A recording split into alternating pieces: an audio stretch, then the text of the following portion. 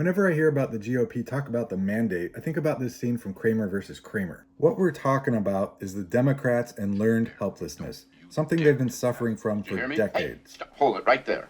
You put that ice cream in your mouth, and you are in very, very, very big trouble. Don't you dare go anywhere beyond that. Put it down right now.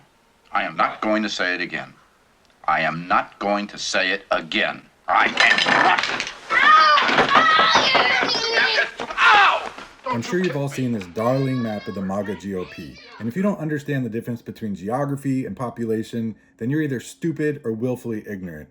Google it on your own time. The point isn't that it was close, the point is to fight the message avalanche that Trump has a mandate. This map uses visual trickery to push the lie that there's a mandate. Here's a map that shows the vote outcome by population. But first, for grins and giggles, I'll explain how the 2024 election was not a mandate. Trump's 49% plurality victory was one of the smallest in the last 100 years. In the House, Republicans only won by 7,500 total votes in 3 congressional districts. And in the Senate, the GOP's 6-seat majority represents 40 million less Americans. See what I'm getting at? This claim of a mandate isn't a new phenomenon. They claimed a mandate in the 2010 midterms even though they only won the House. They claim mandates whenever they lose. For instance, this satirical headline sums up our political reality. Biden's 4-point victory in the popular vote in 2020 was a sign of a closely divided nation. Trump's 1-point victory in 2024 is a clear mandate for Christian nationalism.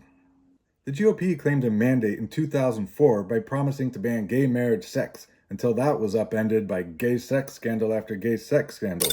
Am I right, Senators Lindsey Graham and Tim Scott? And by the way, the Republican Senate had a 10-seat majority that year, representing 3 million less Americans. Why is that a mandate? The problem with this mandate narrative is the Dems have never learned to message against it. In 2016, when the Mitch McConnell Senate stonewalled the Merrick Garland pick to the Supreme Court, their 8-seat majority represented 12 million less Americans.